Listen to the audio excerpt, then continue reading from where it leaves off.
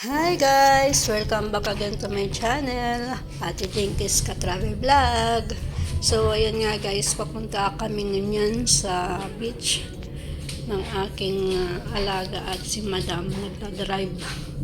So, biglaan nga lang po yan na pagpunta namin ng beach. Mag-relax naman lang daw kami, sabi ni Madam. So, yun, kakagaling lang niya sa opisina. Maaga po kasi siya ngayon na awas sa kanyang trabaho, kaya sabi niya punta muna daw kami ng beach, makapag-relax, ayun, swimming. Yung anak niya nga po kailangan din ng makalabas-labas sa ganitong mga tanawin, yun, makapaglaro. So, yun nga guys, tunghayan nyo po ang aming lalakad ngayong araw na ito. Salamat sa panonood.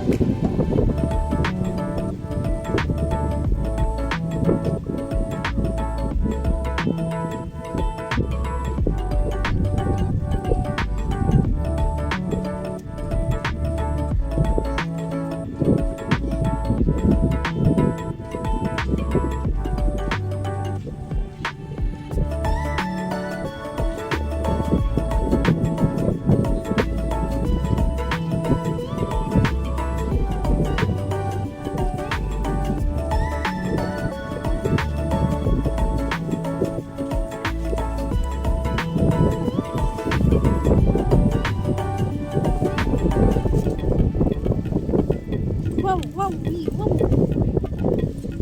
Arian, hello.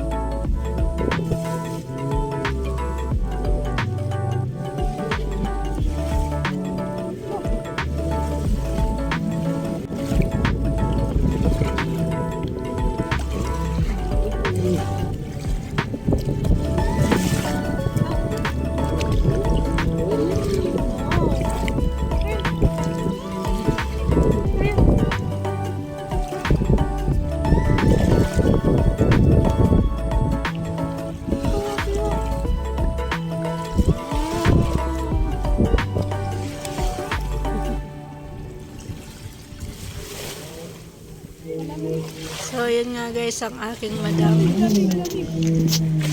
At yung ang aking alaga ay busy na sa kanyang paglalaro ng buhangin. Yun. At bata pa yun si madam, 35 years old lang. Kung napapansin nyo guys, wala po among lalaki dyan. Siya ay nasa kabilang bahay. So, makabilang bahay po siya. Hindi, dumadaan po kasi sila sa pagsubok ngayon. Kaya, ayun, medyo sad ang aking ang aking madam. Kaya po, mag-relax po muna kami. Nagyaya siya na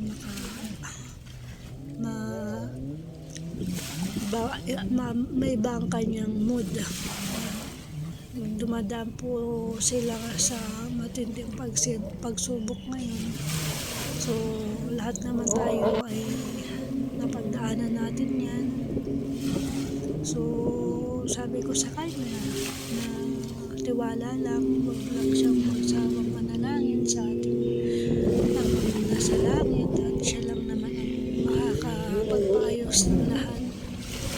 So yun nga guys, huwag lang magsawang manalangin sa ating Panginoon. Siya ang nagbibigay ng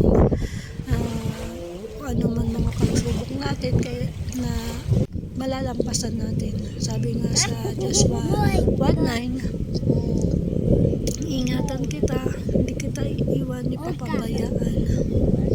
Kahit saan man tayo naroon, iingatan po tayo ng ating Panginoon. Kaya magtiwala po tayo sa kanyang mga salita dahil totoo po yun. Manalig lang tayo, magtiwala sa kanya. Kaya naman po napapagdaanan natin itong mga pagsubok dahil para tayo ay palakasin, patatagin. Mas lalo tayong patatagin sa ating mga pagdadaanan pang pagsubok.